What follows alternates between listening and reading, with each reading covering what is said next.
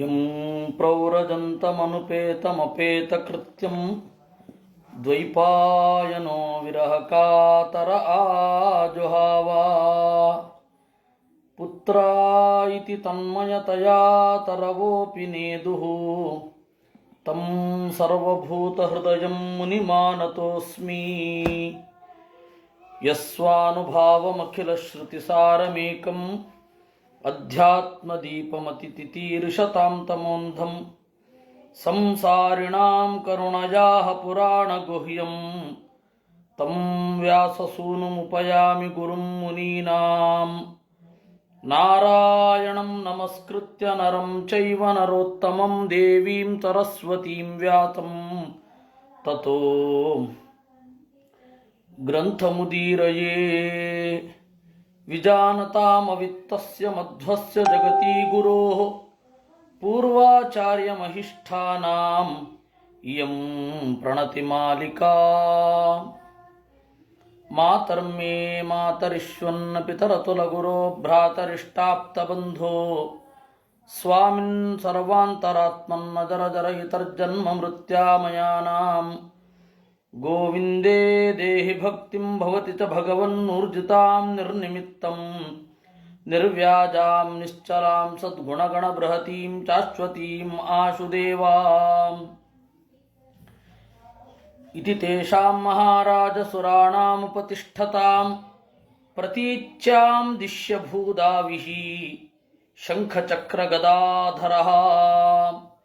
ದೇವತೆಗಳು ಹೀಗೆ ಸ್ತೋತ್ರ ಮಾಡಿದಾಗ, ನಿನ್ನೆ ಚಿಂತನೆ ಮಾಡಿದ ಹಾಗೆ ದೇವತೆಗಳು ಸ್ತೋತ್ರ ಮಾಡಿದಾಗ ದೇವರು ಅವರ ಕಣ್ಮುಂದೆ ಬಂದ. ಶಂಖಚಕ್ರ ಗದಾಧರ, ಶಂಖ ಚಕ್ರ ಗದೆಗಳನ್ನು ಹಿಡಿದುಕೊಂಡು ಮುಂದೆ ಬಂದ. ಆದರೆ ಬೇರೆ ಎಲ್ಲ ರೂಪಗಳಿಗಿಂತ ಈ ರೂಪ ಒಂದು ಸ್ವಲ್ಪ ವಿಭಿನ್ನವಾಗಿತ್ತು ಅಂತ ಹೇಳ್ತಾರೆ. ಆತ್ಮತುಲ್ಯೈ ಪ್ರಕೃತಿಭಿ ಷೋಡಶಭಿ ವಿನಾಶ್ರೀವತ್ಸಕೌಸ್ತುಭಂ ವಿನಾಶ್ರೀವತ್ಸಕೌಸ್ತುಭೌ ಪರ್ಯುಪಾಸಿತ ಮುನ್ನಿದ್ರ ಶಾರದಾಂಬುರುಹೇಕ್ಷಣಂ. ಆತ್ಮತುಲ್ಯೈ ಷೋಡಶಭಿ, 16 ರೂಪಗಳು ಪರಮಾತ್ಮನ ಸುತ್ತ ಇದ್ದವು. ಪರಮಾತ್ಮನ ಆವರಣಗಳು 16 ಇದ್ದವು. ಆದರೆ ಈ ಸರ್ತಿ ದೇವರು ಶ್ರೀವತ್ಸ ಮತ್ತೆ ಕೌಸ್ತುಭ ಧರಿಸಿರಲಿಲ್ಲಂತೆ. ಶ್ರೀವತ್ಸ ಮತ್ತೆ ಕೌಸ್ತುಭ, ಶ್ರೀವತ್ಸ ಚಿಹ್ನೆ ಇರಲಿಲ್ಲ, ಕೌಸ್ತುಭ ಮಣಿ ಇರಲಿಲ್ಲ. ದೇವರು ಯಾಕೆ ಈ ರೀತಿ ತೋರಿದ ಅನ್ನೋದ್ರ ಬಗ್ಗೆ ಮತ್ತೆ ಇದರ ಚಿಹ್ನೆ ಏನು, ಶ್ರೀವತ್ಸದ ರಹಸ್ಯ ಏನು, ಕೌಸ್ತುಭದ ರಹಸ್ಯ ಏನು ಅನ್ನೋದನ್ನ ಆಚಾರ್ಯರು ತಾತ್ಪರ್ಯದಲ್ಲಿ ಹೇಳುತ್ತಾರೆ. ಶ್ರೀವತ್ಸ ಪ್ರಕೃತಿರ್ಜ್ಞೇಯ ಬ್ರಹ್ಮಾಖ್ಯ ಕೌಸ್ತುಭ ಪುಮಾನ್. ಶ್ರೀವತ್ಸ ಅಂತಂದ್ರೆ ಅದು ಇಡೀ ಪ್ರಕೃತಿಯ ಸಂಕೇತ. ಪ್ರಕೃತಿ ಎರಡು, ಚಿತ್ ಪ್ರಕೃತಿ ಮತ್ತೆ ಜಡ ಪ್ರಕೃತಿ. ಅದು ಶ್ರೀವತ್ಸ ಅಂತನ್ನುವುದು ಪ್ರಕೃತಿಯ ಸಂಕೇತ. ಕೌಸ್ತುಭ ಅನ್ನೋದು ಬ್ರಹ್ಮದೇವರ ಸಂಕೇತ. ತದತೀತೈ ಷೋಡಶಭಿ ಸ್ವರೂಪೈರುಪಚಾರ್ಯತೆ. ಆ ಎರಡು ಬಿಟ್ಟು ಉಳಿದ 16 ರೂಪಗಳು, ಆ ಎರಡನ್ನ ಹೊಂದಿರದ 16 ರೂಪಗಳು ಇದ್ದುವು. ದೇವರು ತೋರಿದ ಶ್ರೀವತ್ಸ ಕೌಸ್ತುಭವನ್ನ ದೇವರ ರೂಪ ಧರಿಸಿತ್ತು. ತಾತ್ಪರ್ಯ ಇದು, ನಡುವಿನಲ್ಲಿರುವ ದೇವರು ಶ್ರೀವತ್ಸ ಕೌಸ್ತುಭವನ್ನು ಧರಿಸಿದ್ದ. ಸುತ್ತಮುತ್ತ ಇರುವ 16 ರೂಪಗಳು ಕೌಸ್ತುಭವನ್ನು ಧರಿಸಿರಲಿಲ್ಲ. ಆತ್ಮತುಲ್ಯೈ ಷೋಡಶಭಿ ವಿನಾಶ್ರೀವತ್ಸ ಕೌಸ್ತುಭೌ. ಇದು ಪರಮಾತ್ಮನ ರೂಪ ಅಂತ ನಾವು ಅಂದುಕೊಳ್ಬೇಕು.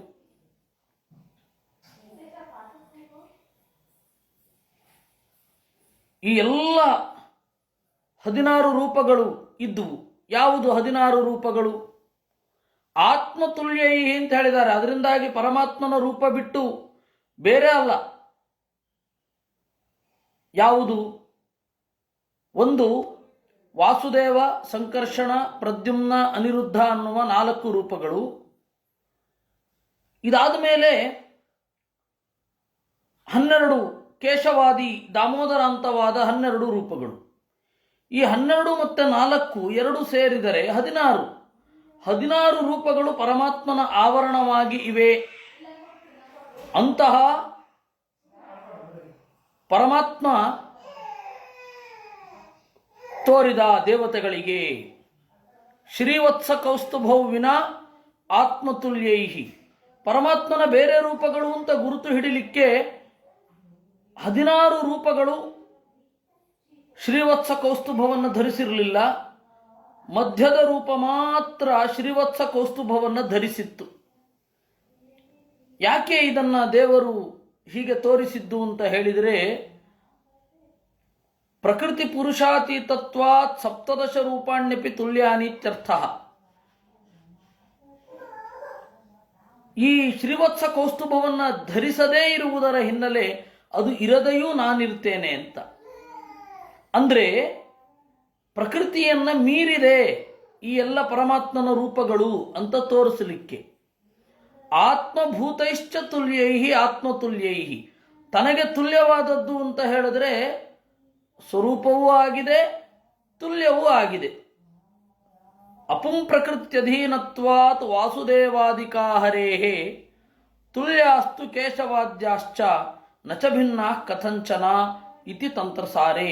ಯಾಕೆ ಆಚಾರ್ಯರು ಇಲ್ಲಿ ತಾತ್ಪರ್ಯವನ್ನು ಬರೆಯಬೇಕಾಯಿತು ಅಂದರೆ, ಮಧ್ಯದ ಪರಮಾತ್ಮನ ರೂಪ ಇದೆ, ಸುತ್ತಲೂ ಪರಮಾತ್ಮನ 16 ರೂಪಗಳಿವೆ. ಆತ್ಮತುಲ್ಯ ಅನ್ನುವ ಶಬ್ದ ಇರೋದ್ರಿಂದ ಸ್ವಲ್ಪ ಸಾಮ್ಯ ಇರೋದನ್ನ ಇಟ್ಟುಕೊಂಡು ತುಲ್ಯ ಅಂತ ಹೇಳ್ತಾರೋ ಏನೋ ಅನ್ನುವ ಸಂದೇಹ ಬರುತ್ತೆ. ಅದಕ್ಕೆ ಆಚಾರ್ಯರು ತಾತ್ಪರ್ಯವನ್ನು ಬರೆದರು. ಇಲ್ಲ, ಆ ಎಲ್ಲ ರೂಪವೂ ಕೂಡ ಪರಮಾತ್ಮನದ್ದೇ. 16 ರೂಪಗಳು ಸುತ್ತಮುತ್ತ ಇವೆ.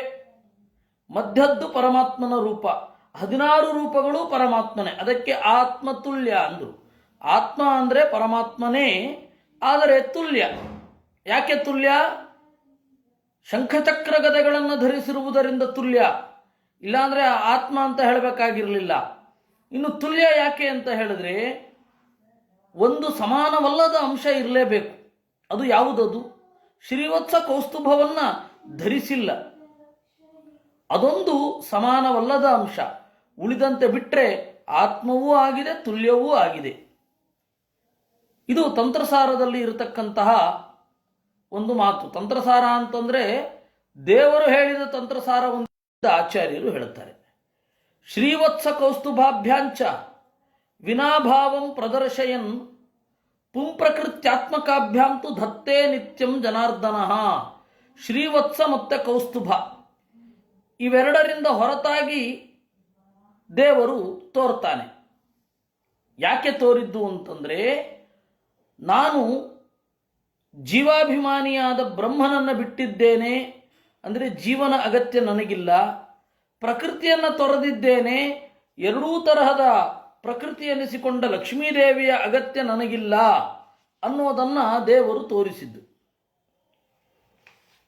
ಶ್ರೀವತ್ಸ ಕೌಸ್ತುಭಾಭ್ಯಾಂತು ವಿನಾಭಾವ ಸಯೇವಚ ಯದಸ್ಯಾಭ್ಯಾಂ ಅತೀತತ್ವಂ ಯದ್ವಶೋ ನಾನಯೋರ್ಹರಿಹಿ ಶ್ರೀವತ್ಸ ಕೌಸ್ತುಭಾಭ್ಯಾಂತು ವಿನಾಭಾವ ಸ ಏವಚ. ಅವರಿಬ್ಬರಿಂದ ದೇವರು ಎಲ್ಲ ಗುಣಗಳಿಂದ ಮೀರಿದ್ದಾನೆ. ದೇವರು ಇವರಿಬ್ಬರ ವಶ ಅಲ್ಲ, ದೇವನ ಜೀವನ ವಶ ಅಲ್ಲ, ಪ್ರಕೃತಿಯ ವಶ ಅಲ್ಲ. ಇದನ್ನ ತೋರಿಸ್ಬೇಕಿದೆ. ದೇವತೆಗಳಿಗೆ ಆ ರೂಪವನ್ನು ನೋಡಿದ ಕೂಡಲೇ ಅರ್ಥ ಆಗತ್ತೆ, ನಮಗೆ ಅರ್ಥ ಆಗಬೇಕಲ್ಲ.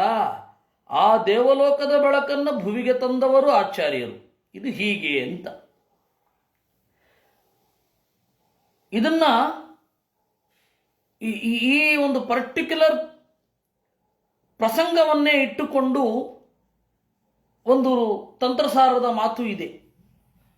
ಅದನ್ನೇ ಹೇಳ್ತಾರೆ. ಆತ್ಮೈವ ಸಪ್ತದಶಧ ಸ್ವಯಂ ಭೂತ್ವ ಜನಾರ್ದನ ಮಧ್ಯಸ್ಥಾವೃತಿ ರೂಪೇಣ ಕ್ರೀಡತೆ ಪುರುಷೋತ್ತಮ ಇತಿ ಚ. ದೇವರೇ 17 ರೂಪಗಳನ್ನು ತೊಟ್ಟು ಒಂದು ರೂಪದಿಂದ ನಡುವೆ ಇದ್ದು 16 ರೂಪಗಳನ್ನು ಸುತ್ತ ಇಟ್ಟು ತೋರಿದ. ಇದು ದೇವರ ಲೀಲೆ. ಅಷ್ಟು ಬಿಟ್ಟರೆ ಇನ್ನೇನಿಲ್ಲ. ಈ ತರಹದ ದೇವರನ್ನು ನೋಡಿದರು. ಪರ್ಯುಪಾಸಿತಂ ಉನ್ನಿದ್ರ ಶಾರದಾಂಬುರು ಹೇಕ್ಷಣಂ, ಅರಳಿರುವ ಶರತ್ಕಾಲದ ತಾವರೆಯಂತೆ ಅಗಲವಾದ ಕಣ್ಗಳಿರುವ ದೇವರನ್ನು ಕಂಡ್ರು. ಯಾಕೆ ಪದೇ ಪದೇ ಕಣ್ಣನ್ನು ಹೇಳ್ತಾರೆ ಅಂದರೆ ದೇವರು ನಮ್ಮನ್ನು ನೋಡ್ತಾ ಇದ್ದಾನೆ ಅಂತ ನಮಗೆ ಅನ್ನಿಸಬೇಕು. ಅದರಿಂದಾಗಿ ಎಷ್ಟು ಬಾರಿ ಬಂದಿದೆಯೋ ಅಷ್ಟು ಬಾರಿ ಹೇಳಲೇಬೇಕು. ಅದರಿಂದ ಕೇಳ್ತಾ ಇರುವ ನಮಗೆ ದೇವರು ಕಣ್ತೆರೆದು ನಮ್ಮನ್ನು ನೋಡ್ತಾ ಇದ್ದಾನೆ ಅಂತ ಅನ್ನಿಸಬೇಕು. ಆ ಫೀಲ್ ದೇವರು ನೋಡ್ತಾನೆ ಇದ್ದಾನೆ. ವಿಶ್ವತಶ್ಚಕ್ಷುಹು ಅಲ್ವೇ, ದೇವರು ನಮ್ಮ ಕಡೆ ನೋಡದೇ ಇರ್ತಾನ? ಹಾಗಾದರೆ ಅವನು ನೋಡ್ತಾ ಇದ್ದಾನೆ ನಮಗನ್ನಿಸ್ತಾ ಇಲ್ಲ. ಅದಕ್ಕಾಗಿ ವೇದವ್ಯಾಸರು ಪದೇ ಪದೇ ಅದನ್ನು ಹೇಳ್ತಾರೆ. ಕೃಷ್ಣನನ್ನು ವರ್ಣನೆ ಮಾಡಬೇಕಾದ್ರೆಲ್ಲ ಅಗಲವಾದ ಕಣ್ಗಳವ ಅಂತ ಹೇಳ್ತಾರೆ. ಯಾಕೆ ಅಂದರೆ ಜೀವರು ಭಾಗವತವನ್ನು ಭಾರತವನ್ನು ಹೇಳುವವರು ಪದೇ ಪದೇ ಇದನ್ನು ಹೇಳಲಿ, ಕೇಳುವ ಜನರಿಗೆ ದೇವರು ಕಣ್ತೆರೆದು ನೋಡಿದಂತೆ ಭಾಸವಾಗಲಿ ಅಂತ ಇದರ ಅಭಿಪ್ರಾಯ. ಅದರಿಂದಾಗಿ ನಿಮಗೆ ಕೂಡಲೇ ಅರಿವಿಗೆ ಬರ್ಬೋದು, ಪುಂಡರೀಕಾಕ್ಷಣ ಅಂತ ಹೇಳಿದ ಕೂಡಲೇ ಯಾಕೆ ಹೇಳ್ತಾ ಇದ್ದಾರೆ ಇದನ್ನು ಅಂತ ಹೇಳಲೇಬೇಕು. ಅದು ನಮ್ಮ ಕರ್ತವ್ಯ. ಕೇಳಿದ ಮೇಲೆ ಅದನ್ನು ಕೇವಲ ಕೇಳೋದಲ್ಲ, ಅನುಸಂಧಾನ ಮಾಡಲೇಬೇಕು. ಅದು ಕೇಳುಗರ ಜವಾಬ್ದಾರಿ. ದೃಷ್ಟ್ವಾ ತಮಮರಃ ಸರ್ವೇ ಈ ಕ್ಷಣ ಆಹ್ಲಾದ ವಿಕ್ಲಬಾ ದಂಡವತ್ ಪತಿತಾ ಭೂಮೌ ಶನೈರುತ್ಥಾಯ ತುಷ್ಟುವು. ಈ ಕ್ಷಣ ಆಹ್ಲಾದ ವಿಕ್ಲಬಾ, ನೋಡಿ ಆನಂದಗೊಂಡವರಾಗಿ ದೇವತೆಗಳೆಲ್ಲ ದಂಡವತ್ ಪತಿತಾ ಭೂಮೌ, ಭೂಮಿಯಲ್ಲಿ ದೀರ್ಘದಂಡ ನಮಸ್ಕಾರವನ್ನು ಮಾಡಿದರು. ದೇವಾವೂಚುಹು ನಮಸ್ತೆ ಯಜ್ಞವೀರ್ಯಾಯ ವಯಸೇ ಉತತೆ ನಮಃ, ನಮಸ್ತೆ ಅಸ್ತು ಚಕ್ರಾಯ ನಮೋಸ್ತು ಪುರುಹೂತಯೇ. ನಮಸ್ತೆ ಯಜ್ಞವೀರ್ಯಾಯ, ಏನು ಹೀಗಂದ್ರೆ ಯಜ್ಞವೀರ್ಯಾಯ ನಮಃ ಅಂದರೆ ಏನು? ದೇವತೆಗಳು ಸ್ತೋತ್ರ ಮಾಡ್ಲಿಕ್ಕೆ ಶುರು ಮಾಡಿದ್ರು. ನಮಸ್ತೆ ಯಜ್ಞವೀರ್ಯಾಯ ಏನು ಹಾಗಂದ್ರೆ ಯಜ್ಞದಲ್ಲಿ ಶಕ್ತಿ ಇಟ್ಟವ, ಅದರಿಂದಾಗಿ ದೇವರು ಯಜ್ಞವೀರ್ಯ. ವಯಸ್ಸೇ ಉತತೆ ನಮಃ, ಓ ವಯಸ್ಸೇ ನಿನಗೆ ನಮಸ್ಕಾರ. ಸಂಸ್ಕೃತದಲ್ಲಿ ವಯಃ ಅನ್ನೋ ಶಬ್ದಕ್ಕೆ 2 ಅರ್ಥ ಉಂಟು. ವಯಾಹ ಅಂದರೆ ಗರುಡ ಅಂತ ಒಂದರ್ಥ, ಪಕ್ಷಿ. ಇನ್ನೊಂದು ವಯಃ ಅಂತಂದರೆ ಏಜ್. ನಾವೇನು ಪ್ರಾಯ ಅಂತ ಬಳಸ್ತೇವೆ, ಹರಯ ಅಂತ ಬಳಸ್ತೇವೆ, ಅದು ವಯಃ. ಯಾವ ಅರ್ಥದಲ್ಲಿ ಇದನ್ನು ವಯಸ್ಸೇ ಅಂತ ಕರೀತಾರೆ?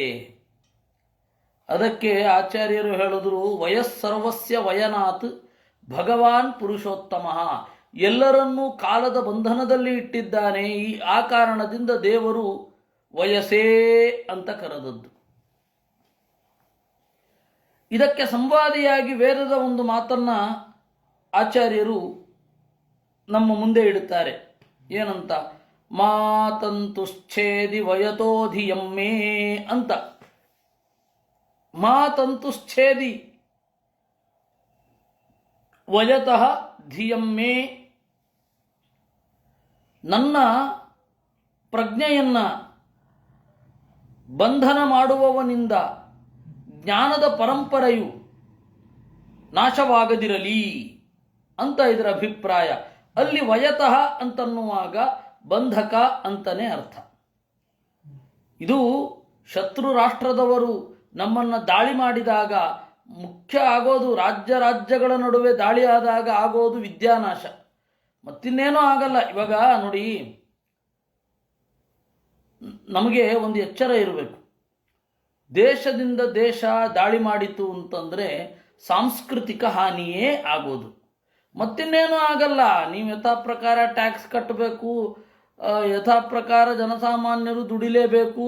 ಆ ದುಡಿತಕ್ಕೆ ಬೇರೆ ಬೇರೆ ಮಾರ್ಗಗಳು ಹುಟ್ಟಿಕೊಳ್ತವೆ, ಅದೆಲ್ಲ ಕಾಮನ್ ರೀ.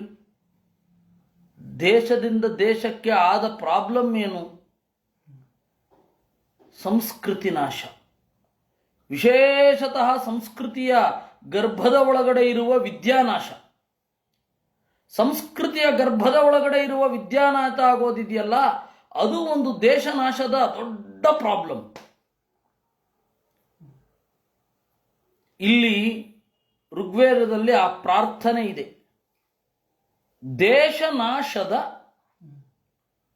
ಸಂದರ್ಭದಿಂದ ವಿದ್ಯೆ ನಾಶ ಆಗದಿರಲಿ, ವಿದ್ಯಾ ಪರಂಪರೆ ನಾಶ ಆಗದಿರಲಿ ಅಂತ ಹೇಳ್ತಾರೆ. ಅದರಿಂದ ಮುಖ್ಯವಾಗಿ ಆಗುವ ತೊಂದರೆಗಳೇನು? ಬೇರೆ ರಾಜ್ಯದವರು ಬಂದು ಆಕ್ರಮಿಸ್ತಾರೆ, ತೊಂದರೆ ಏನು? ಯಾವುದು ಯಾರ್ಯಾರು ಎಲ್ಲೆಲ್ಲೋ ಹೋಗ್ತಾರೆ, ಏನು ತೊಂದರೆ? ಏನು ತೊಂದರೆ ಇದೆ? ವಿದ್ಯಾನಾಶ. ಅದು ಬಿಟ್ಟು ಬೇರೇನೂ ಆಗಲ್ಲ ರೀ. ಇವತ್ತು ಜನಸಾಮಾನ್ಯರು ಯಾರ ಆಡಳಿತದಲ್ಲಿದ್ದರೂ ಅವ್ರು ಬದುಕಲಿಕ್ಕೆ ವೃತ್ತಿಯನ್ನು ಅವಲಂಬಿಸಲೇಬೇಕು. ಆ ವೃತ್ತಿಯಿಂದ ಹೊಟ್ಟೆ ಬಟ್ಟೆ ನೋಡಿಕೊಂಡು ತಮ್ಮ ಮುಂದಿನವರ ಪೀಳಿಗೆಗೆ ಉಳಿಸಿ ಅವರನ್ನು ಮುಂದುವರಿಸಲೇಬೇಕು. ಅದು ಯಾರಿದ್ರೂ ಬರುತ್ತೆ. ಇವಾಗ ನಾಳೆ ಚೀನಾದವರು ನಮ್ಮನ್ನು ಆಕ್ರಮಿಸಿದರು, ಪಾಕಿಸ್ತಾನದವರು ನಮ್ಮನ್ನು ಆಕ್ರಮಿಸಿದರು, ಅಥವಾ ಯಾವುದೋ ಒಂದು ಬಲಿಷ್ಠ ರಾಷ್ಟ್ರ ಇಡೀ ದೇಶವನ್ನು ತೆಕ್ಕೆಗೆ ತೆಗೆದುಕೊಂಡ್ರು, ಆಗೋದು ವಿದ್ಯಾನಾಶ ಅಂತ ಅಷ್ಟೇ. ಮುಖ್ಯ ಪೆಟ್ಟಾಗೋದು ಅಲ್ಲಿ ಬಿಟ್ಟರೆ ಇನ್ಯಾವ ರೀತಿಯಲ್ಲೂ ಬದಲಾವಣೆ ಆಗಲ್ಲ. ಅದು ನಾಶ ಆಗಬಾರದು. ಮುಖ್ಯವಾಗಿ ಇರೋದದು. ಅದರಿಂದಾಗಿ ಅಲ್ಲಿ ಆ ವೇದ ಮಂತ್ರದಲ್ಲಿ ವಯಸ್ಸೇ ಅಂತ ಹೇಳಿ ಇದೆ. ಬಂಧಕಾಯ, ಈ ವಯಸ್ಸಿಗೆ ಅದೇ ಅರ್ಥ. ನಮಸ್ತೆ ಯಜ್ಞವೀರ್ಯಾಯ ವಯಸ್ಸೇ ಉತತೆ ನಮಃ, ನಮಸ್ತೆ ಅಸ್ತು ಚಕ್ರಾಯ. ಈ ಜಗತ್ತನ್ನ ಮತ್ತೆ ಅದದೇ ಅವಸ್ಥೆಗೆ ತಿರುಗಿಸುವವ, ಅದರಿಂದಾಗಿ ದೇವರ ಹೆಸರು ಚಕ್ರ.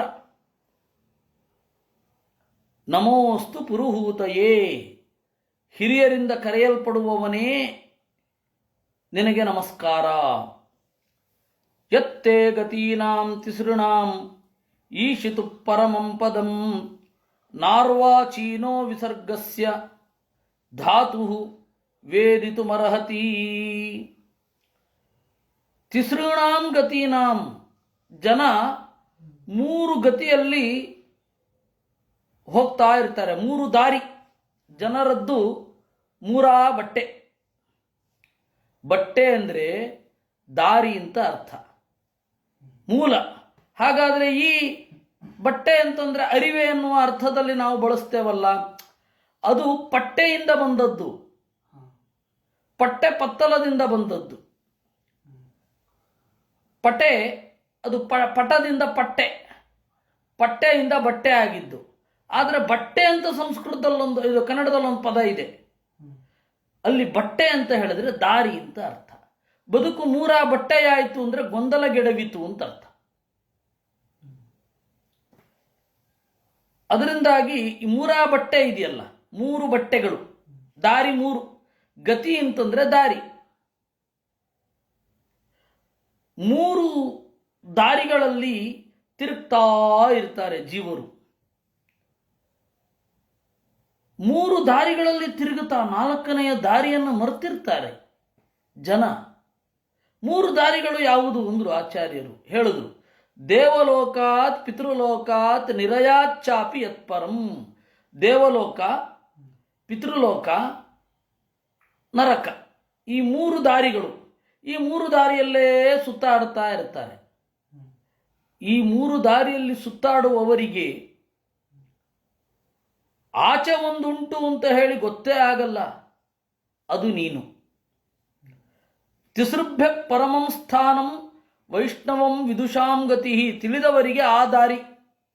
ಈಗ ಏನು ಮಾಡಿದ್ರು ಏನು ಮಾಡದೆ ಹೋದರೂ ಈ ಮೂರು ದಾರಿಯಲ್ಲಿ ತಿರುಗ್ತಾ ಇದ್ದೀವಿ ನಾವು. ನನಗೇನು ಬೇಡ, ನಾನು ಇದರ ಗೊಡವೆಗೆ ಬರೋದಿಲ್ಲ ಅಂತ ಹೇಳಿದ್ರು ಅದಕ್ಕೆ ಹೋಗಲೇಬೇಕು, ಅನಿವಾರ್ಯ. ಆ ತರಹದ ಗತಿಯನ್ನು ನೀಡುವವ ನೀನು. ಇನ್ನು ಗದ್ಯ ಉಂಟು.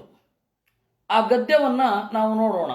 ನಮಸ್ತೇಸ್ತು ಭಗವನ್ ನಾರಾಯಣ ವಾಸುದೇವ ಆದಿಪುರುಷ ಮಹಾನುಭಾವ ಪರಮಮಂಗಳ ಪರಮಕಲ್ಯಾಣ ಪರಮಕಾರುಣಿಕ ಪರಮಹಂಸ ಪರಿವ್ರಾಜಕೈ ಪರಮೇಣ ಆತ್ಮಯೋಗ ಸಮಾಧಿನ ಪರಿಭಾವಿತ ಪರಿಸ್ಫುಟಿತ ಪಾರಮಹಂಸ ಧರ್ಮೇಣ ಉದ್ಘಾಟಿತ ತಮ ಕಪಾಟ ದ್ವಾರೇಣ ಅಪಾವೃತೆ ಆತ್ಮಲೋಕೆ ಸ್ವಯಂ ಉಪಲಬ್ಧ ನಿಜ ಸುಖಾನುಭವ ಭವಾನ್ ದುರವಬೋಧೈವ ತವ ವಿಹಾರಯೋಗ ಯದಶರಣ ಅಶರೀರ ಇದಂ ಅನಪೇಕ್ಷಿತ ಅಸ್ಮತ್ ಸಮವಾಯ ಆತ್ಮನೈವ ಅವಿಕ್ರಿಯಮಾಣೇನ ಸಗುಣ ಮಗುಣ ಸ್ವಯಂ ಸೃಜಸಿ ಪಾಸಿ ಹಂಸಿ.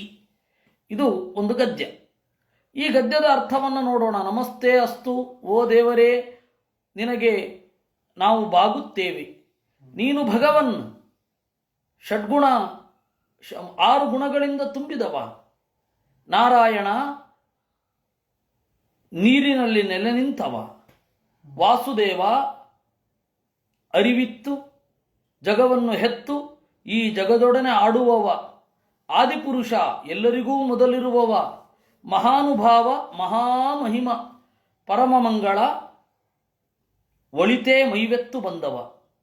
ಪರಮ ಕಲ್ಯಾಣ, ಪರ ವೇದದಲ್ಲಿ ಆಸಕ್ತಿ ಇರುವವರಿಗೆ ಒಳಿತುಂಟು ಮಾಡುವವ. ಇವರು ಅವರೆನ್ನದೆ ಎಲ್ಲರಿಗೂ ಸಲ್ಲುವ ಸುಖವನ್ನು ನೀಡುವವ. ಪರಮ ಕಾರುಣಿಕ, ಪರಮಹಂಸರು, ಸನ್ಯಾಸಿಗಳು ತಮ್ಮ ಧ್ಯಾನದಿಂದ ಪರಿಭಾವಿತ ನಿನ್ನನ್ನು ಕಂಡು ತಮ್ಮ ಒಳಗಿನ ಕತ್ತಲನ್ನು ಸೀಳಿಕೊಂಡಾಗ ಅವರ ಕತ್ತಲೆಂಬ ಗೋಡೆಯನ್ನು ಸೀಳಿ ನೀನೆಂಬ ಬೆಳಕನ್ನ ನೀಡುವವ. ನಿಜ ಸುಖಾನುಭವ, ಸ್ವರೂಪದ ಆನಂದವನ್ನೀಯುವವ. ನೀನು ದುರವಬೋಧ, ಸುಲಭವಾಗಿ ಯಾರಿಗೂ ತಿಳಿಯುವುದಿಲ್ಲ. ವಿಹಾರಯೋಗ ಯದಶರಣ ಅಶರೀರ ಇದಂ ಅನಪೇಕ್ಷಿತ ಅಸ್ಮತ್ ಸಮವಾಯ. ನಿನ್ನ ಆಟ ಈ ಜಗತ್ತು. ಯದಶರಣ, ನಿನಗೆ ಮನೆ ಇಲ್ಲ. ಅಶರೀರ, ನಿನ್ನ ಮೈ ನಾಶವಾಗುವುದಿಲ್ಲ.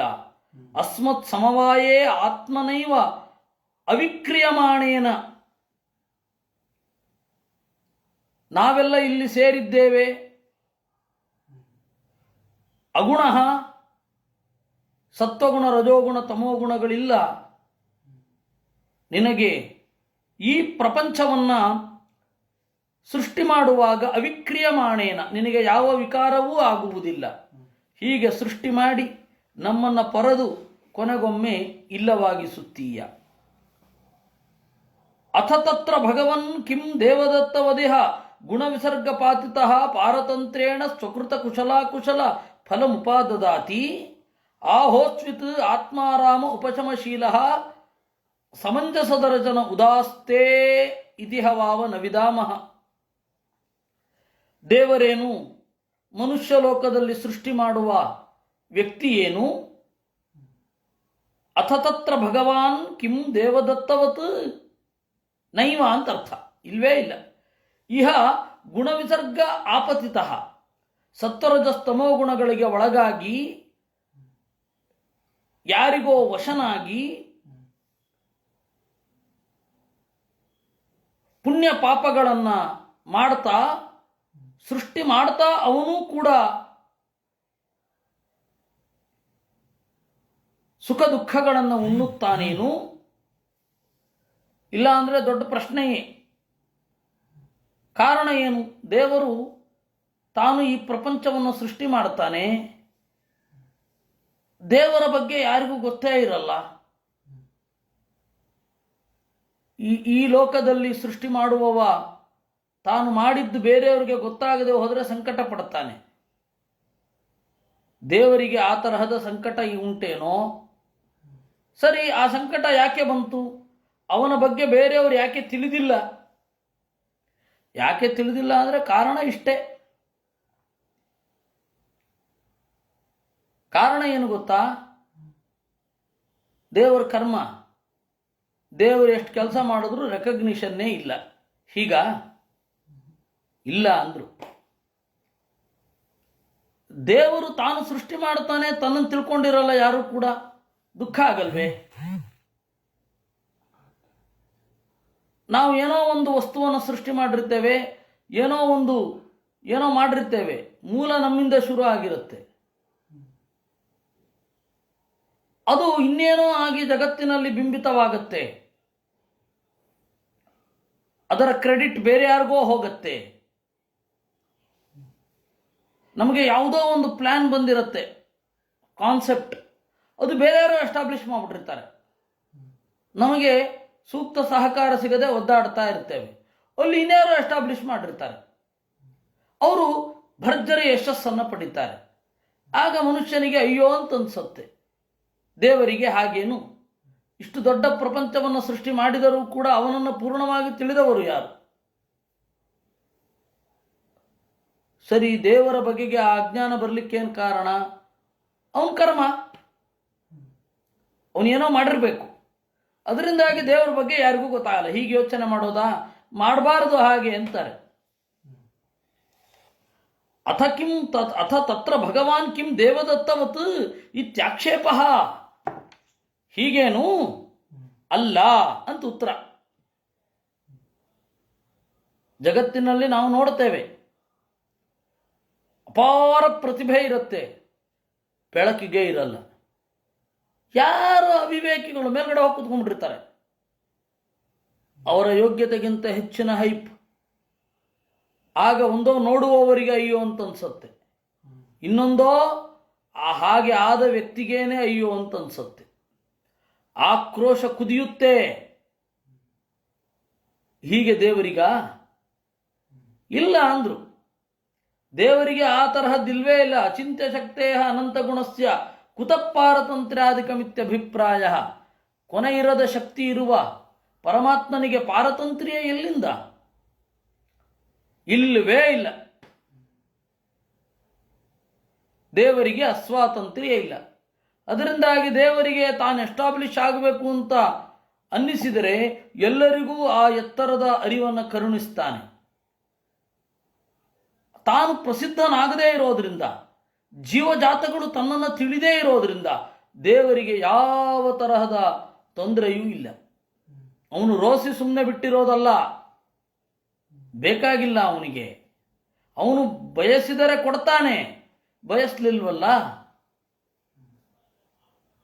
ಇದು ಈ ಶ್ಲೋಕದಿಂದ ನಮಗೆ ಗೊತ್ತಾಗುವಂಥದ್ದು. ದೇವರು ಆತ್ಮಾರಾಮ ಉಪಶಮಶೀಲ ಸಮಂಜಸ ದರ್ಶನ ಉದಾಸ್ತೆ. ನಮಗೆ ದೇವತೆಗಳಿಗೆ ಈ ಪರಿಸ್ಥಿತಿಯನ್ನೇ ಬರದಂತೆ ದೇವರು ನೋಡ್ಕೋಬೋದಿತ್ತಲ್ವ?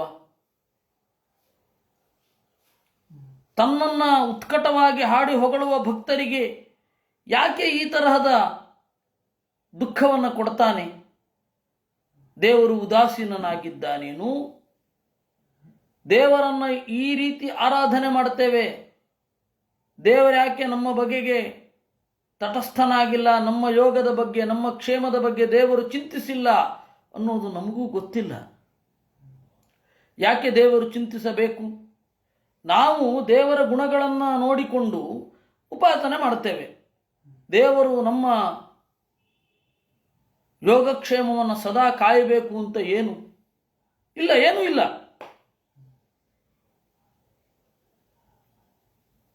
ನಾನು ದೇವರ ಭಕ್ತ, ಅದರಿಂದ ದೇವರು ನನ್ನನ್ನು ಯಾವಾಗಲೂ ಕಾಪಾಡಬೇಕು, ಇದು ನನ್ನ ನಿರೀಕ್ಷೆ ಆಗಿರಬಹುದು. ಆದರೆ ದೇವರು ಹೀಗೆ ಮಾಡಲೇಬೇಕು ಅಂತಿಲ್ಲ. ನವಿದಾಮಹ ಯಾಕೆ ಅಂತ ಗೊತ್ತಿಲ್ಲ ನಮಗೆ. ನಾವು ಈ ಕಷ್ಟ ಬಂದಾಗ ದೇವರಿಂದ ಆಚೆ ಹೋಗಬಾರದಷ್ಟೇ. ಉದಾಸ್ತೆ ಇತಿಹವಾವ ನವಿದಾಮಹ. ಯಾಕೆ ದೇವರು ಉದಾಸೀನನಾಗಿರ್ತಾನೆ? ನವಿದಾಮಹ ನಮಗೆ ಗೊತ್ತಿಲ್ಲ. ನಹಿ ವಿರೋಧ ಉಭಯಂ ಭಗವತಿ ಅಪರಿಗಣಿತ ಗುಣಗಣ ಈಶ್ವರೇ ಅನವಗಾಹ್ಯ ಮಾಹಾತ್ಮ್ಯೆ ಅರ್ವಾಚೀನ ವಿಕಲ್ಪ ವಿತರ್ಕ ವಿಚಾರ ಪ್ರಮಾಣಾಭಾತ ಕುತರ್ಕ ಶಾಸ್ತ್ರ ಕಲಿಲಾಂತಃಕರಣ ದುರವಗ್ರಹವಾದಿನಾಂಚ ವಿವಾದಾನವಸರೇ ಉಪರತ ಸಮಸ್ತ ಮಾಯಾಮಯೇ ಕೇವಲ ಸ್ವಾತ್ಮಮಾಯಾಂ ಅಂತರ್ಧಾಯ ಕೋನು ದುರ್ಘಟ ಇವ ಭವತಿ ಸ್ವರೂಪದ್ವಯಾಭಾವಾತ್ ಸಮವಿಷಮಮತೀನಾಂ ಮತಮನುಸರಸಿ ಯಥಾ ರಜ್ಜುಖಂಡಃ ಸರ್ಪಾದಿಧಿಯಾಂ. ದೇವರು ಅಪರಿಗಣಿತ ಗುಣಗಣ, ಸಪ್ತಮಿ ವಿಭಕ್ತಿ ಅದು. ದೇವರ ಗುಣಗಳು ಇಷ್ಟೇ ಅಂತ ಹೇಳಲಿಕ್ಕಾಗಲ್ಲ. ಅನವಗಾಹ್ಯ ಮಾಹಾತ್ಮ್ಯ, ದೇವರ ಮಹತ್ವವನ್ನು ಪೂರ್ತಿಯಾಗಿ ತಿಳಿಯಲಿಕ್ಕೆ ಆಗೋದಿಲ್ಲ. ಅರ್ವಾಚೀನ, ಇತ್ತೀಚೆಗೆ ಬಂದ ವಿಕಲ್ಪಗಳು. ದೇವರ ಮೇಲೆ ಏನೇನೋ ಪ್ರಶ್ನೆ. ದೇವರು ತನಗಿಂತ ಸಮರ್ಥನಾಗಿದ್ದಾನೋ ಇಲ್ಲವೋ? ದೇವರು ಪೂರ್ಣ ಸಮರ್ಥನಾದರೆ ಅವನಿಗೇ ಸೃಷ್ಟಿ ಮಾಡಲಾಗದ ಬಂಡೆಯನ್ನು ಎತ್ತಿ ತನಗೇ ತನ್ನ ಶಕ್ತಿಗೆ ಮೀರಿದ ಬಂಡೆಯನ್ನು ಸೃಷ್ಟಿಸಿ ಅದನ್ನು ಯಾಕೆ ಎತ್ತಬಾರದು? ಇದು ವಿಕಲ್ಪ.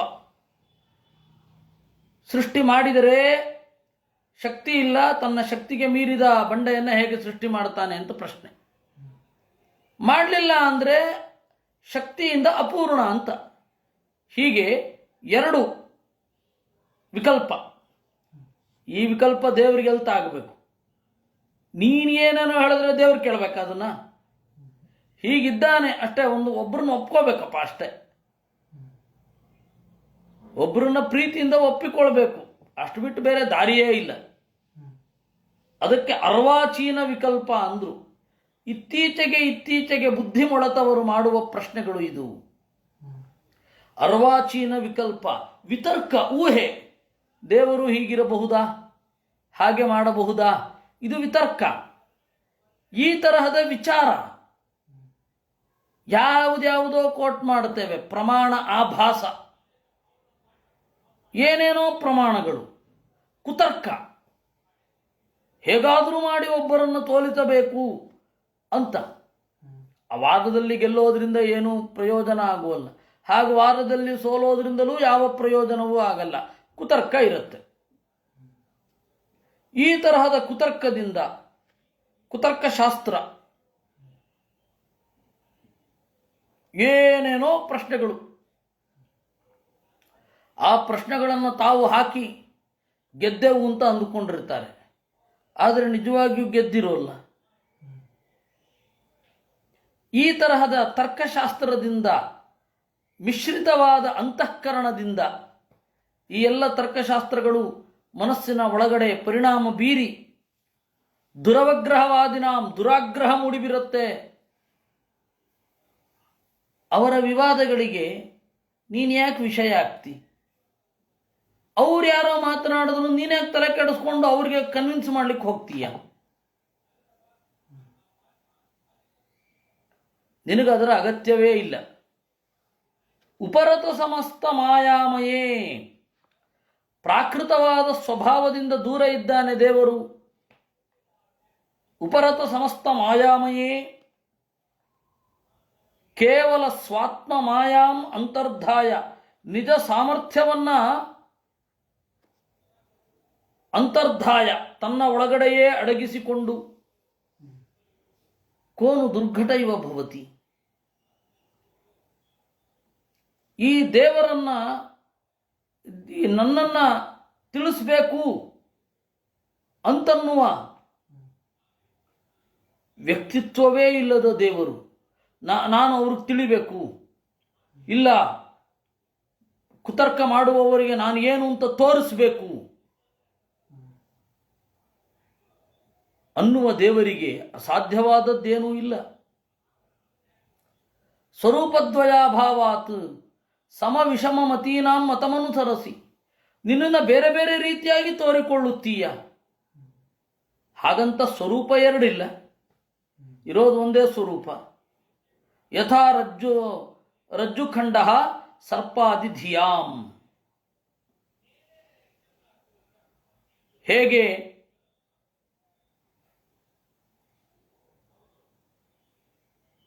ಹಗ್ಗದಲ್ಲಿ ಹಾವನ್ನು ಕಾಣುವವರು ಇರ್ತಾರೆ, ಹಗ್ಗವನ್ನು ಹಗ್ಗ ಅಂತ ಕಾಣುವವರು ಇರ್ತಾರೆ, ತಿಳಿದು ತಿಳಿಯದವರಿರ್ತಾರೆ, ತಿಳಿಯದೇ ತಿಳಿದವರಿರ್ತಾರೆ. ಇದರಿಂದ ನಿನಗೇನಾಗಬೇಕು ದೇವರೇ? ಏನೂ ಆಗಬೇಕಾಗಿಲ್ಲ. ಇದನ್ನ ಆಚಾರ್ಯರು ಏನಂತ ಬರೆದಿದ್ದಾರೆ ನೋಡೋಣ. ಅದು ಬಹಳ ದೊಡ್ಡ ತಾತ್ಪರ್ಯ ಇದೆ. ಸ ಏವ ಹಿ ಪುನಃ ಸರ್ವವಸ್ತುಷು ವಸ್ತುಸ್ವರೂಪ ಸರ್ವೇಶ್ವರ ಸಕಲ ಜಗತ್ ಕಾರಣಭೂತ ಸರ್ವ ಪ್ರತ್ಯಗಾತ್ಮತ್ವಾತ್ ಸರ್ವಗುಣಾಭಾಸೋಪಲಕ್ಷಿತ ಏಕ ಏವ ಪರ್ಯವಸ್ಥಿತ. ಅವನು ಎಲ್ಲ ವಸ್ತುಗಳಲ್ಲಿ ಆ ರೂಪದಿಂದ ಇದ್ದು, ಆಯಾ ವಸ್ತುವಿಗೆ ಮೂಲ ರೂಪದಿಂದ ಇದ್ದು, ಎಲ್ಲಕ್ಕೂ ಒಡೆಯನಾಗಿ, ಎಲ್ಲಕ್ಕೂ ಕಾರಣನಾಗಿ, ಎಲ್ಲರ ಅಂತರ್ಯಾಮಿಯಾಗಿ, ಎಲ್ಲರಿಂದ ಸ್ವಲ್ಪ ತಪ್ಪಾಗಿ ಸ್ವಲ್ಪ ಸರಿಯಾಗಿ ತಿಳಿಯಲ್ಪಟ್ಟು ಅವನೊಬ್ಬನೇ ಇದ್ದಾನೆ. ಎಲ್ಲರಿಂದ ಅಂತಂದ್ರೆ ದೇವತೆಗಳಲ್ಲದವರಿಂದ. ಇದರ ಬಗ್ಗೆ ಆಚಾರ್ಯರು ಬಿಡಿಸ್ತಾರೆ. ಸ್ವತಂತ್ರ ಪರತಂತ್ರೋವ ಜ್ಞೋಜ್ಞೋ ದುಃಖಿ ಸುಖಿ ನುಕಿಂ ಇತ್ಯಾದಿ ಸಂಶಯಕ್ಕೊ ಸ್ಯಾತ್ ಜ್ಞಾನಿನಾಂ ಪುರುಷೋತ್ತಮೆ. ದೇವರು ಸ್ವತಂತ್ರನೋ ಪರತಂತ್ರನೋ, ಜ್ಞಾನಿಯೋ ಅಜ್ಞಾನಿಯೋ, ಸುಖಿಯೋ ದುಃಖಿಯೋ ಇತ್ಯಾದಿ ಸಂಶಯಗಳು ಅಜ್ಞರಿಗೆ ಉಂಟಾಗತ್ತೆ, ಜ್ಞಾನಿಗಳಿಗೆ ಉಂಟಾಗಲ್ಲ. ತಸ್ಯ ಅನಂತ ಗುಣತ್ವಾಚ್ಚ ಪೂರ್ಣಶಕ್ತಿತ್ವತೋ ಹರೇಃ ಸ್ವಾತಂತ್ರ್ಯಾಧಿಕಮೇವಾಸ್ಯ ವಿದೋ ಜಾನಂತಿ ನಿಶ್ಚಯಾತ್. ದೇವರು ಸ್ವತಂತ್ರ ಅಂತಲೇ ತಿಳಿಯುವವರು ತಿಳಿತಾರೆ. ದೇವರು ಸ್ವತಂತ್ರನಾಗಿದ್ದ ಮೇಲೆ ಈ ಎಲ್ಲ ಆಕ್ಷೇಪಗಳಿಗೆ ದೇವರು ತನ್ನನ್ನು ತಾನು ತೋರಿಕೊಳ್ಳೋಲ್ಲ ಅಂತ ಅವರು ತಿಳ್ಕೊಂಡಿರ್ತಾರೆ. ಅದರಿಂದಾಗಿ ನಾವು ಎತ್ತರಕ್ಕೆ ಏರಬೇಕು, ನಾವು ಈ ದೇವರ ಗುಣವನ್ನು ಕಾಣಬೇಕು ಅಂತ ಹೊರಡುತ್ತೇವೆ. ಆ ದಾರಿಯಲ್ಲಿ ಬರುವ ಕೆಲವು ಸಂಶಯಗಳನ್ನು ತರ್ಕ ಅನ್ನೋದು ಸರಿ ಮಾಡುತ್ತೆ. ತರ್ಕ ಅಂದರೆ ಬ್ರಹ್ಮಸೂತ್ರಾದಿ ಪ್ರಣೀತವಾದ ಯುಕ್ತಿ. ನಾವು ಬೇರೆ ಯಾರಿಂದಲೋ ಎರವಲು ಪಡೆದ ತರ್ಕ ಅಲ್ಲ. ಸಹಜವಾಗಿ ತಿಳಿಯಲಿಕ್ಕೆ ಹೋದಾಗ ಅನೇಕ ಸಂದೇಹಗಳು ಬರುತ್ತೆ. ಅದು ಬ್ರಹ್ಮಸೂತ್ರಾದಿಗಳಿಂದ, ಗೀತೆ ಮೊದಲಾದವುಗಳಿಂದ ಉತ್ತರ ಸಿಗತ್ತೆ ಅಷ್ಟೇ. ಅದು ನಮ್ಮ ಬುದ್ಧಿಶುದ್ಧಿಗೆ ವಿನಃ ದೇವರಿಗೇನೂ ಆಗಬೇಕಾಗಿಲ್ಲ. ಘಟಕತ್ವಾತ್ ದುರ್ಘಟಸ್ಯ ದುರ್ಜ್ಞೇಯತ್ವಾಚ್ಚ ಸರ್ವಶಃ ತಚ್ಛಕ್ತೇರವಿದೋ ಜೀವಂ ಪರತಂತ್ರಂ ವದಂತ್ಯಮುಂ. ದೇವರು ಏನನ್ನೂ ಆಗಗೊಡುತ್ತಾನೆ. ದೇವರನ್ನು ಪೂರ್ಣವಾಗಿ ತಿಳಿಯಲಾಗುವುದಿಲ್ಲ. ಈ ಹಿನ್ನೆಲೆಯಿಂದ ದೇವರ ಶಕ್ತಿಯನ್ನು ತಿಳಿಯದ ಜೀವ ದೇವರನ್ನ ಅನುಮಾನಿಸ್ತಾನೆ. ಪರತಂತ್ರಂ ವದಂತ್ಯಮು. ಜೀವ ಪರತಂತ್ರ. ಏವಂ ದುರ್ಘಟಯ ಶಕ್ತಿಯ ಜ್ಞಾಜ್ಞಾನಾಂ ಪರಮೇಶ್ವರ ಯಥಾ ರಜ್ಜು ಸರ್ಪಧಿಯ ರಜ್ಜು ಬುದ್ಧ್ಯಾ ಚ ಗಮ್ಯತೆ. ಈ ಹಿನ್ನೆಲೆಯಲ್ಲಿ ದೇವರನ್ನು ಎರಡು ರೀತಿಯಾಗಿಯೂ ನೋಡ್ತಾರೆ. ಹೇಗೆ? ಹಗ್ಗ ಇದೆ, ಹಗ್ಗವನ್ನು ಹಗ್ಗ ಅಂತ ಕೆಲವರು ನೋಡ್ತಾರೆ, ಹಗ್ಗವನ್ನು ಕೆಲವರು ಹಾವು ಅಂತ ನೋಡ್ತಾರೆ. ಆದರೆ ಹಗ್ಗ ಹಗ್ಗವೇ. ಹಾಗೆ ಇರುವ ದೇವರನ್ನ ಇಲ್ಲ ಅಂತ ಕೆಲವರು ಕಾಣ್ತಾರೆ. ಅವರವರು ತಲೆಗೆ ಬಂದ ಹಾಗೆ ದೇವರು ಒಂದು ಶಕ್ತಿ, ದೇವರ ಬಗ್ಗೆ ನನಗೆ ಇಂಟ್ರೆಸ್ಟ್ ಇಲ್ಲ, ಇದ್ದಾನೋ ಇಲ್ವೋ ಗೊತ್ತಿಲ್ಲ, ಇಲ್ಲಿದೆಲ್ಲ ಒಪ್ಪಲ್ಲ, ಶಾಸ್ತ್ರ ನನಗೆ ಇಂಟ್ರೆಸ್ಟ್ ಬರೋಲ್ಲ, ಇತ್ಯಾದಿ ಇತ್ಯಾದಿಗಳನ್ನು ಒಪ್ತಾ ಹೋಗ್ತಾರೆ.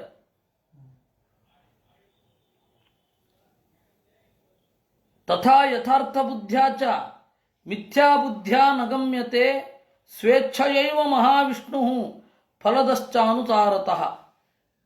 ಅವರವರ ಪರಿಸರ, ಅವರವರ ಕರ್ಮ ಇತ್ಯಾದಿಗಳಿಗೆ ದೇವರು ವಿಷಯ ಆಗ್ತಾನೆ. ಅವರವರು ಹಾಗಾಗಿ ತಿಳ್ಕೋತಾರೆ. ಈ ತರಹದ ದೇವರು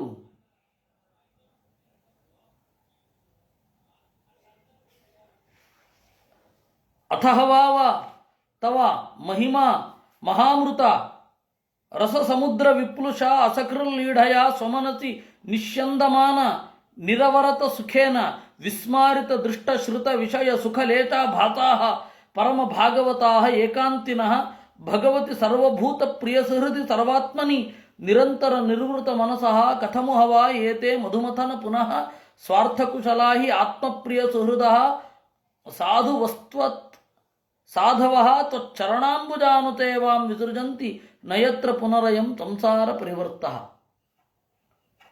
ಸರಿಯಾಗಿ ತಿಳಿದವರು ನಿನ್ನ ಮಹಿಮೆಯೆಂಬ ಅಮೃತ ಸಮುದ್ರದ ಬಿಂದುವಿನಿಂದ ತಮ್ಮ ಮನಸ್ಸನ್ನು ಶುದ್ಧಿಗೊಳಿಸಿಕೊಂಡು ಜ್ಞಾನದಿಂದ ಉಂಟಾಗುವ ಸುಖವನ್ನು ಪಡೆಯುತ್ತಾ ಕ್ರಮೇಣ ಸ್ವರೂಪ ಸುಖವನ್ನು ಅನುಭವಿಸುತ್ತಾ ತಾವು ಅರಿಯದ ಸುಖದ ಉತ್ಕಟತೆಯನ್ನು, ಸ್ವರೂಪ ಸುಖದ ಉತ್ಕಟತೆಯನ್ನು ನಿಧಾನವಾಗಿ ಪಡಿತಾ ಬೆಳೀತಾರೆ. ಸ್ವರೂಪದ ಅವಭಾಸ ಸ್ವಲ್ಪ ಸ್ವಲ್ಪ ಸ್ವಲ್ಪ, ಸ್ವರೂಪ ಸುಖದ ಪರಿಚಯ ಸ್ವಲ್ಪ ಸ್ವಲ್ಪ ಆಗ್ತಾ ಇರುತ್ತೆ. ಸ್ವರೂಪ ಸುಖ ಅಂತಂದರೆ ವಿಷಯ ಪದಾರ್ಥಗಳು ಯಾವುದು ಇಲ್ಲದಿದ್ದಾಗಲೂ ಉದಯಿಸುವ ಸುಖ. ಅದರ ಲೇಷ ನಿಧಾನವಾಗಿ ಬೆಳೀತಾ ಹೋಗ್ತಾರೆ. ಅವರು ಏಕಾಂತಿಗಳಾಗಿ ಪರಮಾತ್ಮನಲ್ಲಿ ಮನಸ್ಸನ್ನು ಇಟ್ಟು ಅಲ್ಲಿಯೇ ತೊಡಗುತ್ತಾರೆ. ಅವರು ಸ್ವಾರ್ಥ ಕುಶಲರು. ತಮ್ಮ ಸ್ವರೂಪಭೂತವಾದ ಜ್ಞಾನದ ಲಾಭವನ್ನು ಪಡೆಯುವುದರಲ್ಲಿ ಜಾಣರು, ಸಜ್ಜನರು. ನಿನ್ನ ಅಡಿದಾವರಗಳ ಸೇವೆಯನ್ನು ಉತ್ಕಟವಾಗಿ ಮಾಡ್ತಾರೆ. ಅವರಿಗೆ ಮತ್ತೆ ಸಂಸಾರ ಇರುವುದಿಲ್ಲ. ತ್ರಿಭುವನಾತ್ಮಕಮನ ತ್ರಿವಿಕ್ರಮ ತ್ರಿನಯನ ತ್ರಿಲೋಕ ಮನೋಹರಾನುಭಾವ ತವೈವ ವಿಭೂತಯ ಅಭೂವನ್ ದಿತಿಜ ಧನುಜಾದಯಶ್ಚಾಪಿ ತೇಚಾಂ ಅನುಪಕ್ರಮತಮಯ ಅಯಮಿತಿ ಸ್ವಾತ್ಮಮಾಯಯ ಸುರ ನರ ಮೃಗ ಮಿಶ್ರಿತ ಜಲಚರಾಕೃತಿಭಿ ಯಥಾಪರಾಧಂ ದಂಡಂ ದಾದರ್ಥ ಅವತೀರ್ಯ. ತ್ರಿಭುವನ ಆತ್ಮಭವನ,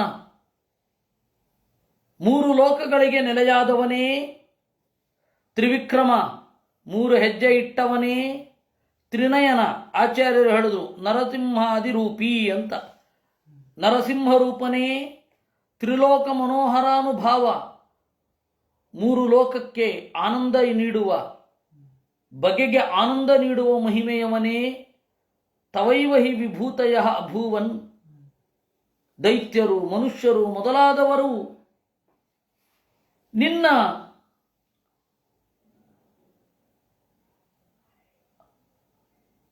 ಆಶ್ರಯವನ್ನು ಹೊಂದಿದವರಲ್ಲವೇ, ನಿನ್ನಿಂದ ಹುಟ್ಟಿದವರಲ್ಲವೇ. ತೇಚಾಂ ಅನುಪಕ್ರಮ ಸಮಯ ಅಯಂ. ಯಾವಾಗ ಒಬ್ಬರ ಉಪಕ್ರಮ ಇನ್ನೊಬ್ಬರಿಗೆ ಉತ್ಕಟವಾಗಿ ತೊಂದರೆ ಆಗತ್ತೆ, ಆಗ ನೀನು ಅವತಾರ ಮಾಡ್ತೀಯ. ದೇವತೆಯಾಗಿ, ಮನುಷ್ಯನಾಗಿ, ಮೃಗವಾಗಿ, ಮಿಶ್ರಿತನಾಗಿ. ಆಮೆ ಮಿಶ್ರಿತ, ಭೂಮಿಯಲ್ಲಿಯೂ ಇರುತ್ತೆ, ನರಸಿಂಹನೂ ಮಿಶ್ರಿತ. ಮಿಶ್ರಿತನಾಗಿ ಜಲಚರಾಕೃತಿಯಾಗಿ ಅವರ ಅಪರಾಧಕ್ಕೆ ತಕ್ಕ ಶಿಕ್ಷೆಯನ್ನು ಕೊಡ್ತೀಯ. ತ್ರಿನಯನ ನರಸಿಂಹಾದಿರೂಪಿ. ವಿಷ್ಣೋ ನೃಸಿಂಹನಾಮಾನಿ ತ್ರಿನೇತ್ರೋಗ್ರಾಧಿಕಾನಿತು ಇತಿ ಚ ಶಬ್ದ ನಿರ್ಣಯೇ. ತ್ರಿನಯನ, ಭಸ್ಮಧರ ಮೊದಲಾದವುಗಳೆಲ್ಲ ನರಸಿಂಹನ ಹೆಸರುಗಳು. ನರಸಿಂಹನ ಉತ್ಕಟ ಉಪಾಸಕರಾಗಿರೋದ್ರಿಂದ ಸದಾಶಿವನಿಗೆ ಬಂದ ಹೆಸರುಗಳು. ವಿವಿಧಂ ಭಾವಪಾತ್ರತ್ವಾತ್ ಸರ್ವೇ ವಿಷ್ಣೋರ್ವಿಭೂತಯ ಇತಿ ಚ. ಇನ್ನು ವಿಭೂತಿ ಅಂತ ಥರಥರದ ಸ್ವಭಾವಗಳನ್ನು ಹೊಂದಿ ಥರಥರದ ಜೀವರಲ್ಲಿ ದೇವರ ಸನ್ನಿಧಾನ ಥರಥರ ಇರುತ್ತೆ. ಅದಕ್ಕೆ ಎಲ್ಲ ಜೀವರು ದೇವರ ವಿಭೂತಿಗಳು ಅನ್ನೋದು. ನಿನಗೆ ಗೊತ್ತು ಏನು ಮಾಡಬೇಕು ಅಂತ. ಏವಂ ಏನಮಪಿ ಭಗವನ್ ಜಹಿತ್ವಾಷ್ಟ್ರಂ ಯದಿ ಮನ್ಯಸೆ. ಅದರಿಂದ ಸ್ವಾಮಿ, ನೀನು ಬಯಸುವುದಾದರೆ ವೃತ್ರನನ್ನು ಕೊಲ್ಲು. ನಮಗೆ ಆ ಲೋಕ ಬೇಕು ಅಂತ ಏನೂ ಇಲ್ಲ. ವೃತ್ರನಿಂದ ಕಿತ್ಕೊಳ್ಬೇಕು ಅಂತನೂ ಏನು ಇಲ್ಲ ಅಂತಾರೆ ದೇವತೆಗಳು. ಅಸ್ಮಾಕಂ ತಾವಕಾನಾಂ ತವ ಚರಣ ನಳಿನ ಯುಗಳ ಧ್ಯಾನಾನುಬದ್ಧ ಹೃದಯ ನಿಗಳಾನಾಂ ಸ್ವಲಿಂಗ ವಿಧಾರಣೇನ ಆತ್ಮ ಸಾತ್ಕೃತಾನಾಂ ಅನುಕಂಪಾನುರಂಜಿತ ವಿಷದ ರುಚಿರ ಶಿಶಿರ ಸ್ಮಿತಾವಲೋಕನೇನ ವಿಗಳಿತ ಮಧುರ ಮುಖರಿತ ವಚಸ ಅಮೃತಕಲಯಾಚ ಅಂತಸ್ತಾಪ ಮನಗಾರಹಸಿ ಶಮಯಿತು. ನಾವು ನಿನ್ನವರು, ತಾವಕಾನಾಂ ನಿನ್ನ ಅಡಿದಾವರೆಗಳನ್ನು ಚಿಂತನೆ ಮಾಡುವುದರಿಂದ ನಮ್ಮ ಎದೆ ನಿನ್ನಲ್ಲಿ ಬಿಗಿದುಕೊಂಡಿದೆ. ಸ್ವಲಿಂಗ ವಿಧಾರಣೆಯನ್ನು ನೀನು ಕೊಟ್ಟ ಗುರುತುಗಳು, ಇಂದ್ರ ಅಂತ ಹೇಳಿ ವಜ್ರಾಯುಧವನ್ನು ಹಿಡ್ಕೋ ಅನ್ನೋದು, ವರುಣ ಅಂತ ಹೇಳಿ ಪಾಶ ಹಿಡ್ಕೋ ಅಂತ ಅನ್ನೋದು ನೀನು ಕೊಟ್ಟ ಗುರುತು. ಇಂದ್ರನಿಗೆ ನೀಲಿ ಬಣ್ಣದ ಮೈ, ವರುಣನಿಗೆ ಬಿಳಿ ಬಣ್ಣದ ಮೈ, ಈ ತರಹ ಎಲ್ಲ ನೀನು ಕೊಟ್ಟದ್ದು. ನೀನು ಹೇಳಿದೆ, ನಮಗದಿದೆ. ನಮ್ಮ ನಮ್ಮ ಪದವಿಯನ್ನು ನಾವು ಹೊತ್ತಿದ್ದೇವೆ. ಆದರೆ ನಮಗೆ ನಿನ್ನ ಕರುಣೆಯಿಂದ ತುಂಬಿರುವ ತಿಳಿಯಾದ ತಂಪಾದ ಮುಗುಳುನಗೆಯ ನೋಟದಿಂದ ನಮ್ಮನ್ನು ಕಾಪಾಡು. ಆ ದೃಷ್ಟಿ ಒಂದು ಸಾಕು ನಮಗೆ. ಇದೆಲ್ಲ ಏನು ಬೇಕು ಅಂತ ಇಲ್ಲ. ವೃತ್ರನನ್ನು ನೀನು ಕೊಲ್ಲು, ಹೋಗು, ಆಮೇಲೆ ನಮಗೆ ರಾಜ್ಯ ಕೊಡು. ನೀನು ಬಯಸಿದರೆ ಅದು ಮಾಡ್ಬೋದಷ್ಟೆ. ವಿಗಳಿತ ಮಧುರ ಮುಖರಿತ ವಚಸ ಅಮೃತ ಕಲಯ, ನಿನ್ನ ಆ ಮಾತು ಸಾಕು. ಅಂತಸ್ತಾಪಂ ಅನಘ ರಹಸಿ ಶಮಯಿತು, ನಮ್ಮ ಒಳಗಡೆಯ ತಾಪ ಬೇಗೆ ಏನಿದೆ, ಒಳ ಬೇಗುದಿ, ಅದನ್ನು ನೀಗಿಬಿಡು ಸಾಕು. ಅಥ ಭಗವನ್ ತವ ಅಸ್ಮಾಭಿಃ ಅಖಿಲ ಜಗದುತ್ಪತ್ತಿ ಸ್ಥಿತಿ ಲಯ ನಿಮಿತ್ತಾಯ ದಿವ್ಯ ಮಾಯಾ ವಿನೋದಸ್ಯ ಸಕಲ ಜೀವ ನಿಕಾಯಾನಾಂ ಅಂತರಹೃದಯೇತು ಬಹಿರಪಿ ಬ್ರಹ್ಮ ಪ್ರತ್ಯಗಾತ್ಮ ಸ್ವರೂಪೇಣ ಯಥಾದೇಶ ಕಾಲ ದೇಹಾವಸ್ಥಾನ ವಿಚೇತಂ ತದುಪಾದಾನ ಉಪಲಂಭಕತೆಯ ಅನುಭವತಃ ಸರ್ವಪ್ರತ್ಯಯ